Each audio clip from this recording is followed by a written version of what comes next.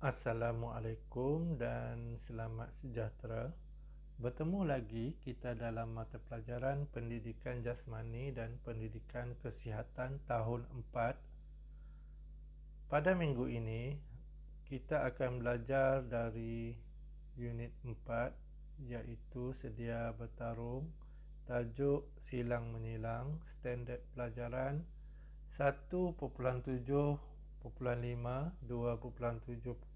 dan 5.2.2. Sukan permainan kategori jaring.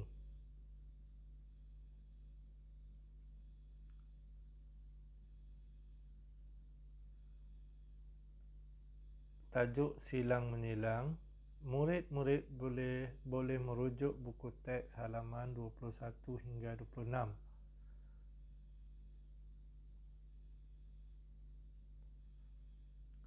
Silang menyilang. Dalam permainan kategori jaring yang menggunakan alatan seperti badminton, squash, tenis dan pingpong, terdapat dua jenis pukulan yang selalu digunakan, iaitu pukulan pepat dan juga pukulan kilas. Murid-murid boleh merujuk gambar di bawah contoh pukulan pepat dan juga pukulan kilas. Mari kita lihat apakah itu pukulan pepat. Untuk melakukan pukulan pepat, kita perlu mengayunkan raket dari luar sisi ke sisi dalam. Untuk melakukan pukulan pepat, kita perlu mengayunkan raket dari luar sisi ke sisi dalam. Pukulan pepat adalah pukulan yang paling kuat kerana badan tidak menghalang ketika membuat pukulan dan menggunakan otot depan lebih baik daripada otot belakang. Maksudnya di sini murid-murid, antara dua pukulan tadi iaitu pukulan pepat dan juga pukulan kilas, pukulan pepat merupakan satu pukulan yang kuat kerana ia menggunakan otot bahagian depan, manakala pukulan kilas menggunakan otot di bahagian belakang. Kebiasaannya pukulan pepat ni digunakan ketika kita mahu melakukan smash. Melakukan smash untuk mematikan segera bola tersebut.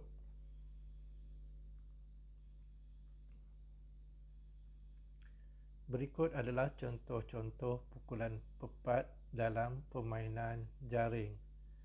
Gambar yang pertama contoh permainan badminton, iaitu pemain tersebut cuba melakukan smash. Gambar kedua contoh pemain pingpong melakukan pukulan pepat. Gambar yang ketiga, pemain tenis melakukan pukulan pepat juga.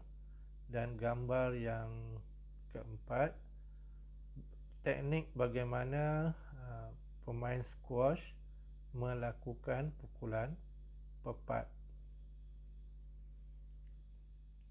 Cuba murid-murid lihat arah pergerakan tangan. Maksudnya di sini pemain menggunakan alatan bahagian dalam untuk melakukan pukulan pepat. Mari kita lihat pula pukulan kilas. Untuk melakukan pukulan kilas, kita perlu mengayunkan raket dari dalam keluar sisi. Yang pukulan pepat tadi dari luar sisi ke dalam, manakala untuk kilas kita perlu mengayunkan raket dari dalam keluar sisi. Pukulan kilas dilakukan untuk membalas dan mematikan dengan pantas pukulan daripada lawan. Maksudnya di sini apabila biasanya keadaan apabila pemain lawan menyerang dan kita ingin membalas segera pukulan tersebut untuk menghantar bola ataupun bulu tangkis ke kawasan lawan dengan segera. Pukulan kilas sebagaimana yang cikgu nyatakan tadi menggunakan otot bahagian belakang untuk melakukan hantaran. Berikut merupakan contoh-contoh pukulan kilas dalam 4 permainan tadi. Yang pertama, badminton, pukulan kilas badminton. Gambar kedua, pukulan kilas pingpong. Gambar yang ketiga, pukulan kilas tenis. Dan gambar yang terakhir, pukulan kilas permainan squash. Baiklah murid-murid, latihan di rumah pada minggu ini murid-murid perlu buat dalam buku tulis. Murid-murid boleh screenshot kalau tak dapat lampiran latihan, murid-murid boleh screenshot latihan yang diberikan pada bahagian video yang berkenaan. Okey, ini adalah contoh latihan yang perlu murid-murid buat. Jika ada printer, murid-murid boleh cetak dan tampal dalam buku tulis.